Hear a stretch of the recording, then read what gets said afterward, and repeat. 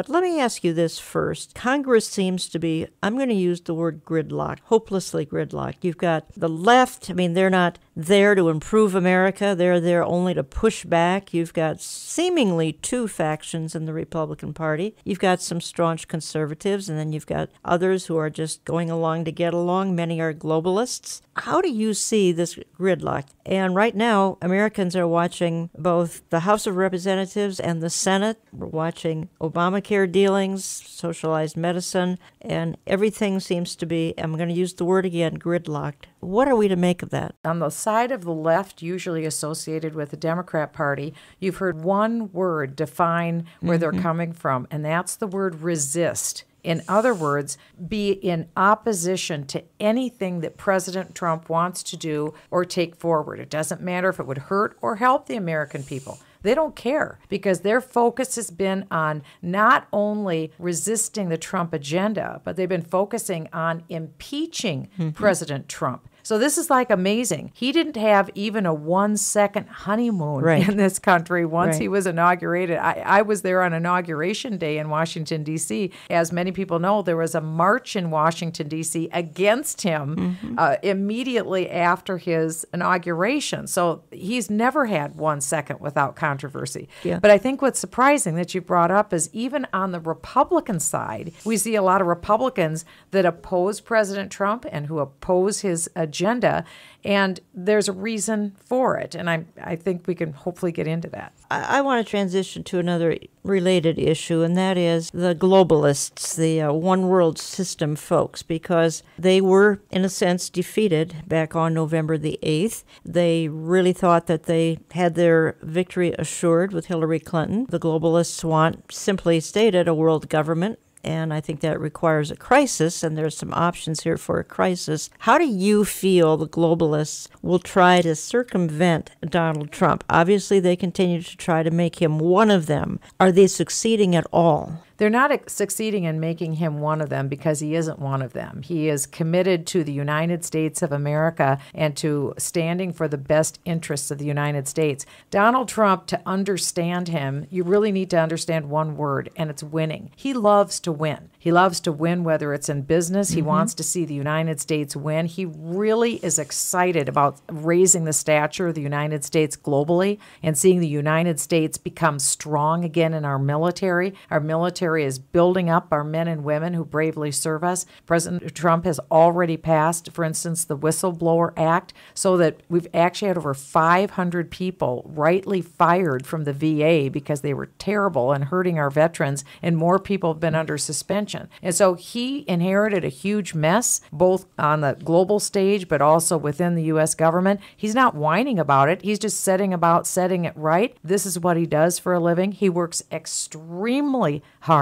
When I was with him, he and the vice president have been working nonstop 70 days in a row. They hadn't taken a day off, and it was an awful lot of work that has to be done. But he's up to it, and he's making it happen, and people across the world are seeing it, not the globalists. The globalists are being frustrated at every turn because he's a very unusual character. He's not predictable, other than he is committed to the United States, and he is unashamed in standing up for increasing an awareness of God in the United States. He recognizes how important that is and that that is a basis of Western civilization. I am so happily surprised by what I've seen in the Trump administration. I'm so glad for this opportunity today because I'm not here as like a Trump cheerleader. That's not what I'm about. But what I'm here to say as a believer in Jesus Christ, I could not be more happy with what I am seeing coming out of the Trump White House. This is like beyond my wildest expectations. Well, you told me there are actually 13 true Bible believers in his cabinet. You've told me that there are regular prayer meetings going on in the White House, the Senate, and contrast that to the previous 8 years where folks were tripping over Muslim prayer rugs in the White House. So this is kind of a new day. There are prayer meetings, there are Bible studies that are ongoing, and the president himself is a man of prayer and a man who loves to receive prayer. He is happy to receive prayer, but more important than anything, he is a man who I do believe understands who the God of the Bible is, and he wants to lift up the God of the Bible here in the United States. He again understands that is the foundation, that is the underpinning, not only of the United States, but of Western civilization itself. He said that in his speech in Warsaw recently. When he was in Poland, he talked about how the Poles were the ones who, based upon their faith in God and the values that came from Western civilization,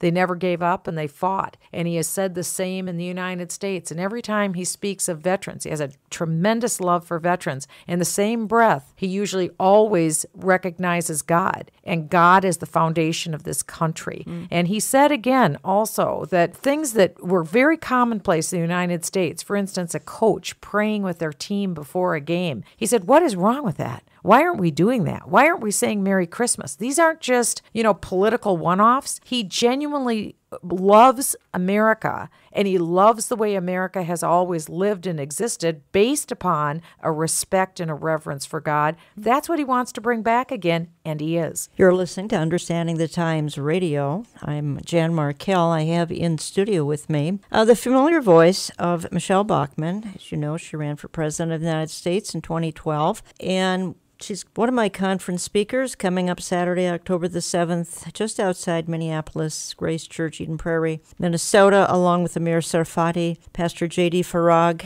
and Dr. Mark Hitchcock. Michelle, you are a part of what's known as the Faith Advisory Initiative, and this is a real cross-section of evangelicals within the faith community.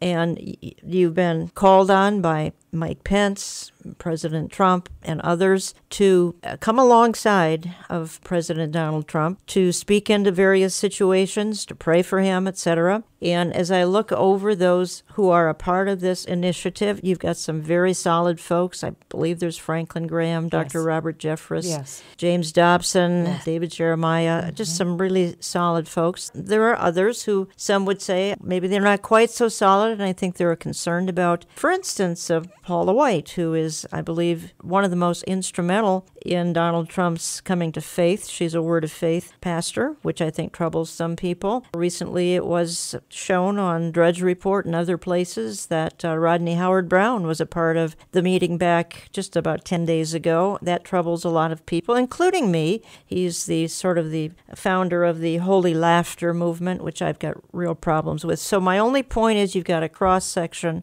on this Faith Advisory Initiative. You were there about 10 days ago. Just give me some feedback, what you saw. It was a profoundly uplifting day for me personally. We were called in to come together as a board. We'd understood that maybe we would be talking about some policy issues. We really didn't know. I didn't know really what was going to happen. It was just setting aside the entire day in the White House complex in the Eisenhower building. And so we came in and we got started, and it was a time where we weren't just spoken to and given briefings. We were asked for our input on issues that we were concerned about. And it was recognized that we don't agree. We don't all agree theologically. We don't all agree on issues. But it was a time of dialogue to be able to bring a faith perspective into the White House, which is extremely refreshing when you consider that really wasn't what was happening for the last 8 years. And as I saw the day move on, it was very clear to me how the Lord is working mightily in our government. And I believe, this is me speaking personally now, I believe it's because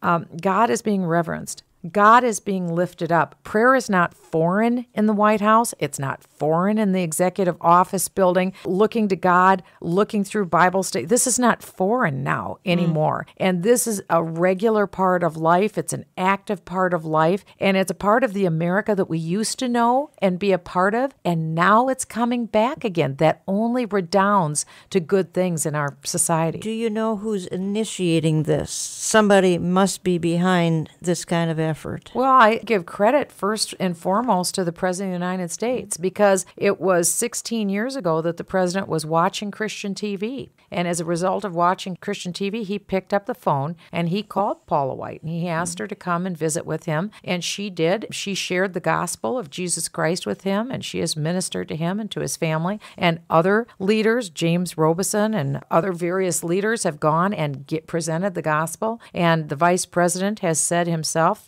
President is a definite believer. And I have seen evidence of that myself. I'm not here to certify whether anyone is a Christian or not. I'm not doing that. But what I can tell you, the fruit that is coming out of the White House, it's like, if I'm talking to my kids, I would say it's out of control. In other words, great. It is. I am just amazed at the good things that I'm seeing. And again, remember, Donald Trump is a fellow, again, who doesn't have a big background in government or in policy. That isn't what he did for most of his life. He built up a property business. He was in the entertainment industry with The Apprentice, but he's a really smart guy. He's a really quick learner. His judgments are very good. He's a very tough cookie, very hardworking, and he is somebody who gets it. The fact that the God of the Bible is, he exists, he is real. And this is a positive for himself. It's a positive for America. And he's not afraid of prayer.